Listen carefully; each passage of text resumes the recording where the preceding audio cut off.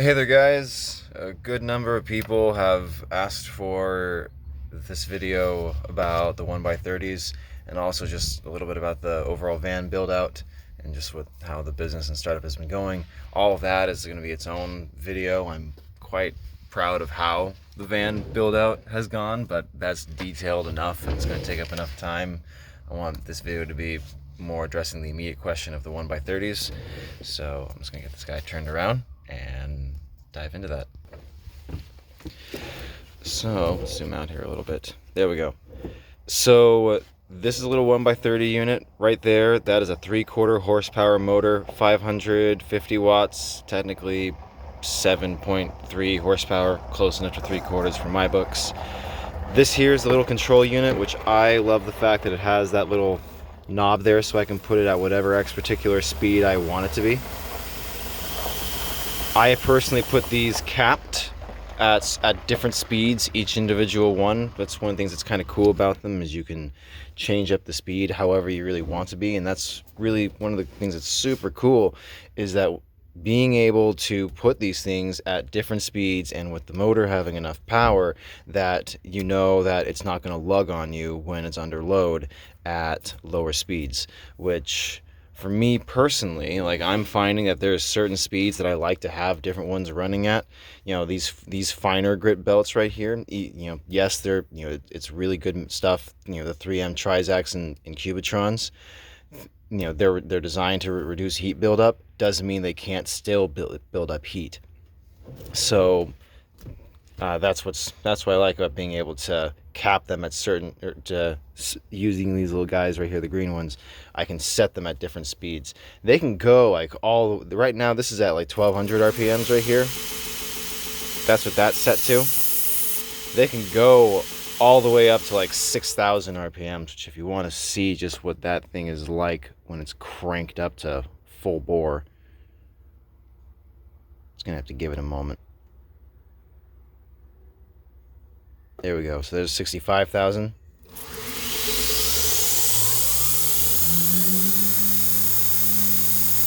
So you can see that this thing is still tracking pretty darn good.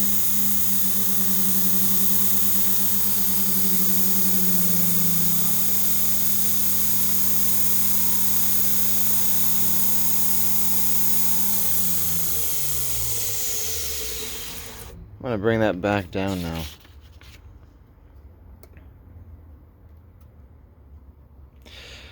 Now, obviously, I don't really feel the need to run my belts quite up to that full bore speed. Some guys are going to like them, you know. Some guys like that, they are all about running their belts as fast as they possibly can. That's not me, but if that's like who you are, you have that option with them. The next thing that's kind of cool about them is they're all a steel construction. And what's really rad about that is the fact that I can mount these magnets wherever I want to on them, and I know that they're going to stick. Every single thing that came on them, there really weren't any like burrs or nicks or anything. Like, everything was like really nice and clean machining. The other thing that's kind of rad about them is the fact that if I wanted to, I could take those little bolts right there, loosen up this guy, that guy just a little bit, and I could orient the entire machine flat like that, which I don't really use in this context, but there are times in which it is kind of nice to actually do that, and I'll add on to that later on in the end. The next big thing going on here are the fact that each of these machines is going to come with a grinding wheel, contact wheel, as well as a Platen assembly, and that Platen assembly also will come with a work rest if you use it. I don't use it. Again, this is just sharpening. I do a bunch of freehand stuff. I personally don't really use the Platen on these guys. That's what I use on this thing right here. Sorry about the mess. Which, again, this machine right here is honestly going to be its own video as part of the van build out. So I'll come back to the 1x30s. If you are a big Platen guy, they have the Platens. I will say the Platen is aligned in a manner that it is just a hair bit off it will always be a hair bit off in one corner or the other, and you just kind of got to take your pick with it a bit. That stated, you have options. What I'm really liking about the contact wheel is I really like the contact wheel for doing things like bolster adjustments and whatnot. I'm able to take my knife and put it like right in this section, and either so for Platen stuff, what you have two options. Like you can just like plant the thing like straight down on the Platen, or you can also plant it right down on the contact wheel and just grind down on just the Platen, or sorry, grind down on just the bolster. And I don't know, you'll have to try it and just kind of see how you like it. What I like about this section right here, just past where it starts to break from the contact wheel, is there's just this hair amount of play, and I find that I'm able to produce this really pretty nicely curved bolster that just kind of flows in with the rest of the blade really, really well.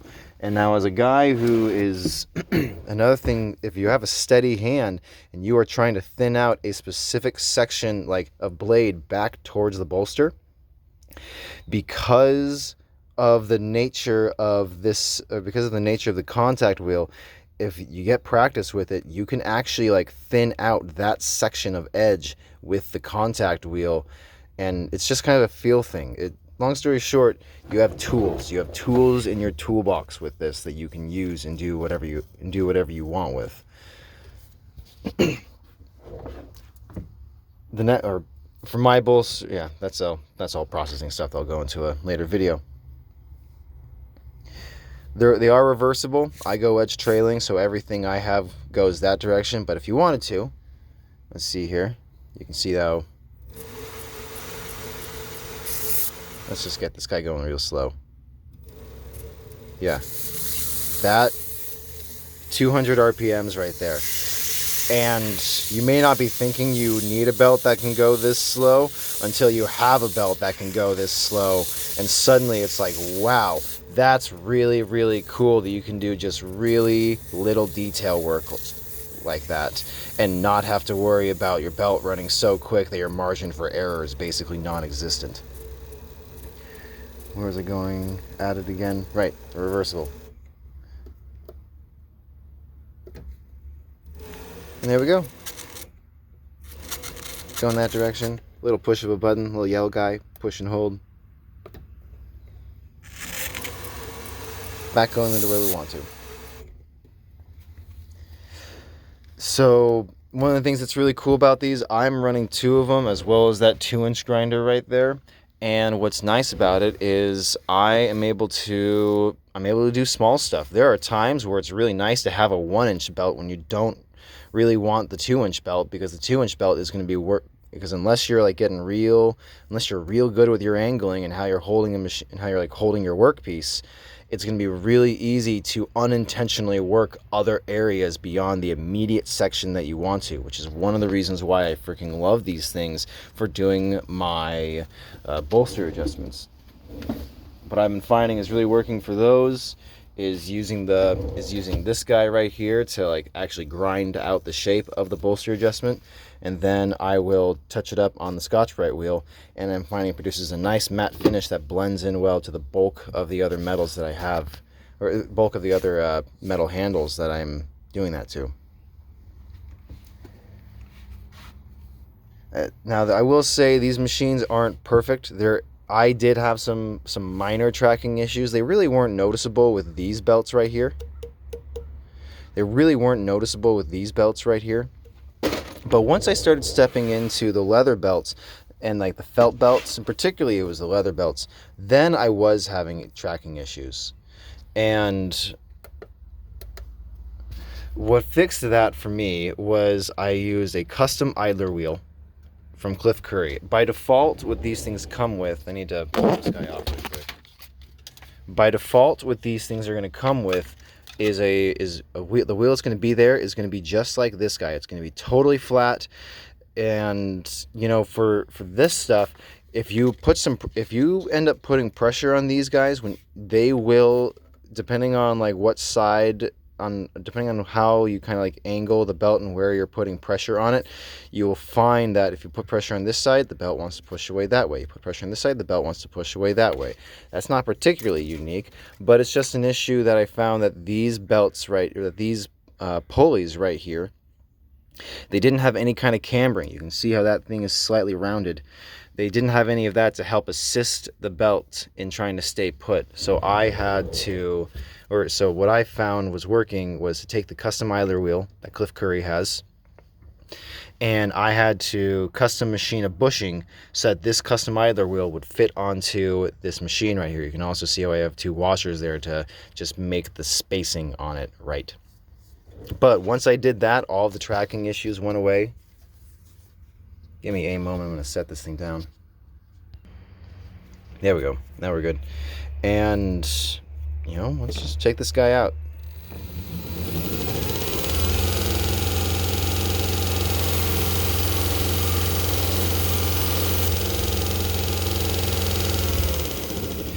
So when I was originally first doing that, these things would really want to walk on me a good bit. The leather belt in particular really wanted to walk on me.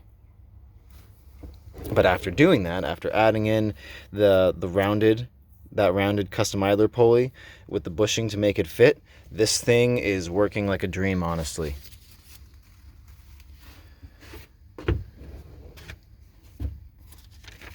And outside of that, that's really the big thing. I will say, for any of you guys that are doing other machining work, I actually really strongly suggest getting one of these guys. So my family, we have like a higher end 2x72, as well as I bought a 4th one of these. I have a 4th one of these in the back of my garage. And the reason why I have that is because in case one of these machines go wrong, in case something goes wrong with one of these machines, maybe just some X little part or the motor, just, you know, all kinds of stuff. In case something goes on, I have a backup machine that I can pull parts from.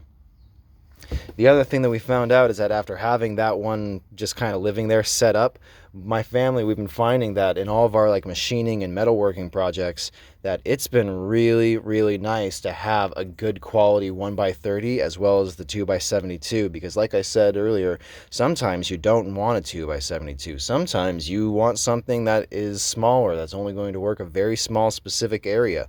And that's where these machines are really coming in, and they have been treating me really kindly. The reason why I ended up pulling the trigger on these guys was because my father and I, we were chatting about like making some machines, because I was looking at the Harbor Freight 1x30, and quite frankly, I was just kind of disappointed with like the overall quality of like the frame itself. I didn't really like the fact that after all the modifications, I was just buying the Harbor Freight for the frame.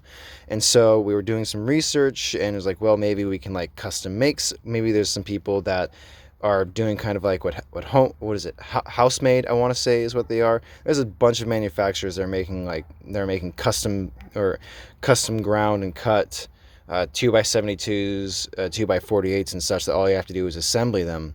And we were hoping that there was somebody that was doing that with 1x30, and we really weren't finding anyone that was.